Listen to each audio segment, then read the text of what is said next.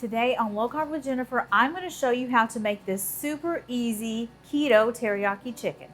We've got a quick one today, guys. I've got my keto teriyaki chicken.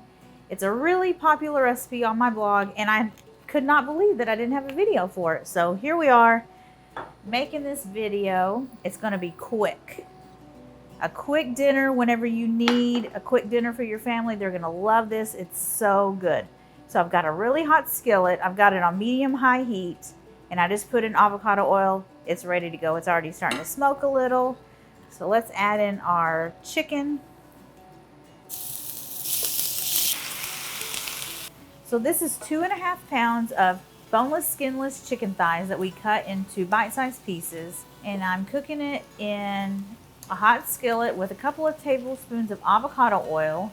And you want your skillet to stay hot. And sometimes whenever you put chicken in your hot skillet and the liquid boils out of the chicken and then your chicken's not getting as brown as you want, I like to just move the chicken to one side of the skillet and tilt it and bring some of the liquid to the side. And then I just dab it with a paper towel, get some of that liquid out of there so your chicken can continue to brown just like this. I've got a lot of liquid in here, and I'm just absorbing it with a paper towel. Just be careful not to burn your fingers.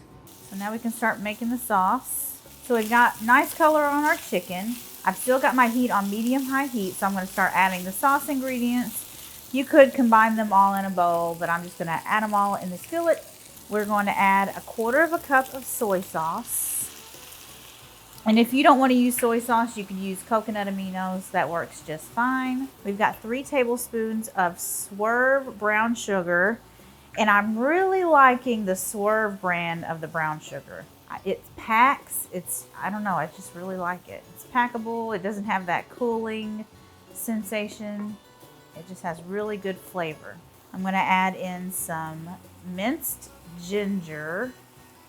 I like to use just that ginger paste from the grocery store. It's in the produce section. That was 1 teaspoon of minced ginger, and I've got 1 clove of minced garlic.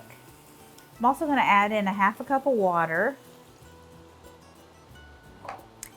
and 1/4 teaspoon of xanthan gum, and I just like to spread it kind of lightly on top so it mixes in a lot easier. So we're going to let this boil and reduce, and it's going to coat the chicken, and then it's done. This is a nice quick 15-minute meal. If you've got some cauliflower rice in your freezer, you could put it in the microwave while this is simmering, and you can have dinner ready to go. Just have a look at that. That looks amazing. Make sure you check out this recipe.